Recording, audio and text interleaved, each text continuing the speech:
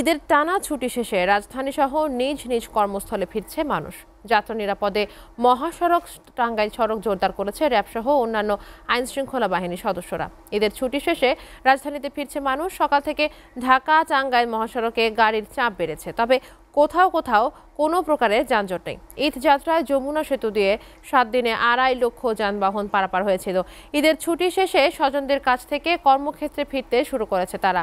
পরিবার পরিজনদের সাথে ঈদ করতে গ্রামের বাড়ি যান রাজধানীবাসী।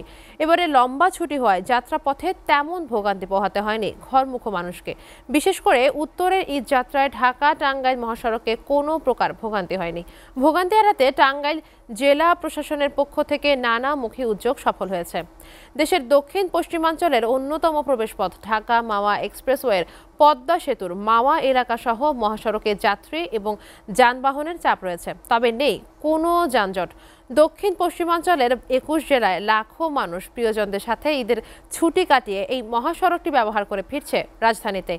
এদিকে ঢাকা ও দক্ষিণাঞ্চল থেকে ছেড়ে যাওয়া ট্রেনগুলোতেও রয়েছে অতিরিক্ত যাত্রী।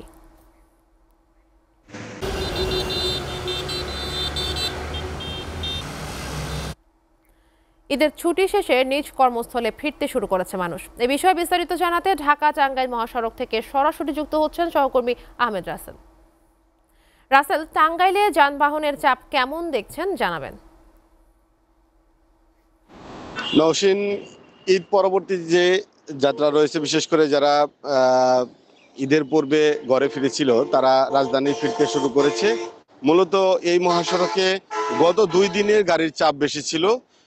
আজ কিন্তু গাড়ির চাপ অনেকটাই কমে এসেছে। বলা যায় যে স্বাভাবিক সময়ে যে গাড়ির চাপ থাকে সেই গাড়ির চাপ রয়েছে। গত 24 ঘন্টায় যমুনা সেতু দিয়ে উত্তরবঙ্গ থেকে ঢাকার দিকে বিশেষ করে এই ঢাকা টাঙ্গাইল মহাসড়কে যানবাহন প্রবেশ করেছে প্রায় 35,000-এর বেশি, এবং সেই জায়গা থেকে রাজস্ব আয় হয়েছে 2,25 লক্ষ টাকারও বেশি।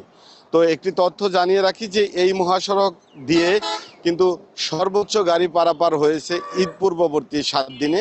সেই গাড়ি কিন্তু ঈদ পরবর্তী যে সময়গুলি রয়েছে সেই সময়ে বিভিন্ন সময়, বিশেষ করে ঈদের ছুটিটি বেশি হওয়ার কারণে মূলত এই মহাসড়কে দিয়ে যান চলাচল স্বাভাবিক রয়েছে। আমরা ঈদ পূর্ববর্তী সময়ে যানজট না দেখলেও এই মহাসড়কে ঈদ পরবর্তী সময়ে কিন্তু প্রশাসনের পক্ষ থেকেও একটা চাপের সংখ্যা তারা করছিলেন। সেই সুবাদে সেই সংখ্যাটি উড়িয়ে দিয়ে একেবারেই কিন্তু স্বাভাবিক গতিতে গাড়ি চলাচল করছে বলে আমরা জেনেছি। মহাসড়কের বিভিন্ন পয়েন্ট ঘুরে এসে দেখেছি যে সে সকল জায়গায় অতিরিক্ত পুলিশ মোতায়েন রয়েছে, কিন্তু পুলিশ অনেকটাই নির্বাক তারা দাঁড়িয়ে আছে। এর বাইরে তাদের কোনো কাজ বা বেগ পোহাতে হচ্ছে না। প্রশাসনের পক্ষ থেকে যে বিষয়টি জানানো হয়েছে যে মহাসড়কের নিরাপত্তা নির্বিঘ্ন করতে প্রশাসনের পক্ষ থেকে উদ্যোগ নেওয়া হয়েছে।